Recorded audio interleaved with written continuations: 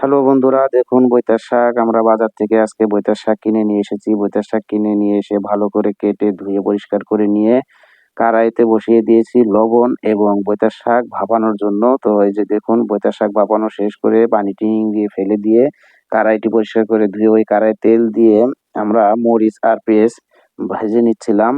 তো হালকা করে ভেজে নেওয়ার সাথে সাথে আমরা দিয়ে দিলাম বৈতার শাক। বৈতার শাক দিয়ে ভালো করে নেড়ে নিচ্ছিলাম। তো বন্ধুরা, যারা ভিডিওটি ইউটিউব চ্যানেল থেকে দেখতে আসছেন অবশ্যই আমার ইউটিউব চ্যানেলটি সাবস্ক্রাইব করে দিবেন এবং একটি লাইক দিবেন। আর এরকম রান্নার ভিডিও দেখতে কেমন লাগে অবশ্যই কমেন্টের মাধ্যমে জানাবেন।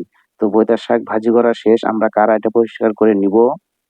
এই কড়াইয়ে আরেকটি রান্না করব। তো দেখুন এই যে আলু কিছুদিন আগে বাড়িতে গিয়েছিলাম, যার জন্য এই আলুটি তুলে নিয়ে এসেছি বাড়িতে। তো ইলিশ মাছের মাথা দিয়ে রান্ধিব, মাটির তলের মাছ আলু বলি আমরা। তো আলুটি কেটে পরিষ্কার করে ধুয়ে হালকা গরম পানিতে ভাপ দিয়ে নিতে হবে। তো ভাপানো শেষ করে নামিয়ে ধুয়ে রেখে এখন আমরা ওই কড়াইয়ে দিয়ে দেবো তেল। তেল গরম হওয়ার সাথে সাথে দিয়ে দিলাম একটু জিরা। জিরা ফোড়ন দিয়ে আলু রান্না করলে খুব ভালো লাগবে। তো দিয়ে দিলাম পেঁয়াজ। পেঁয়াজ দেওয়ার পরে এখন আমরা হালকা একটু করে ছেনি দিয়ে নেড়ে নিব। নেড়ে না নিলে পেঁয়াজটা কিন্তু লেগে যেতে পারে। তো পেঁয়াজ ভাজা হালকা ভেজে নিয়ে দিয়ে দিলাম হালকা একটু আদা বাটা, রসুন বাটা এবং গরম মশলা বাটা। যেহেতু ইলিশ মাছের মাথা দিয়ে আলুটি রান্না করব, তাই আমরা আদা বাটা, রসুন বাটা এবং গরম মশলা বাটা দিয়ে দিলাম। তো এই যে দেখুন ইলিশ মাছের মাথা পড়ে গেছে। তো এখন দিয়ে দিচ্ছি লবণ, হলুদ আর শুকনো মরিচের গুঁড়া।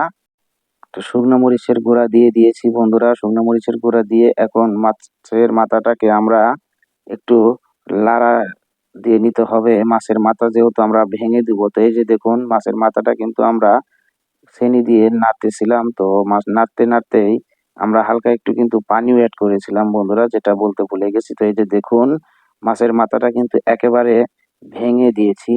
তো এখন আমরা আলু দিয়ে দিচ্ছিলাম। আলু দিয়ে দিচ্ছিলাম। তো দেখুন এই যে আলু দেওয়া শেষ। তো বন্ধুরা, এই আলু কার কার খেতে ভালো লাগে অবশ্যই কিন্তু জানাবেন। বিশেষ করে দেশ গ্রামের মানুষ তো এই আলু খেতে খুব মজা লাগে।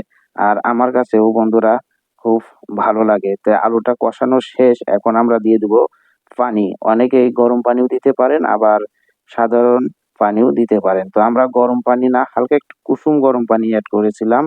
তো এই যে দেখুন গরম পানি দিয়ে দিয়েছি পরিমাণ মতো দিয়ে এখন হালকা করে ছেনি দিয়ে নেড়ে ঢেকে রেখেছিলাম। তো এই যে পড়ায় বলক উঠে এসেছে, শেষ রান্না শেষ করে আমরা চলে এসেছি ঘরে। বন্ধুরা ভালো থাকবেন, সুস্থ থাকবেন, খোদা হাফেজ।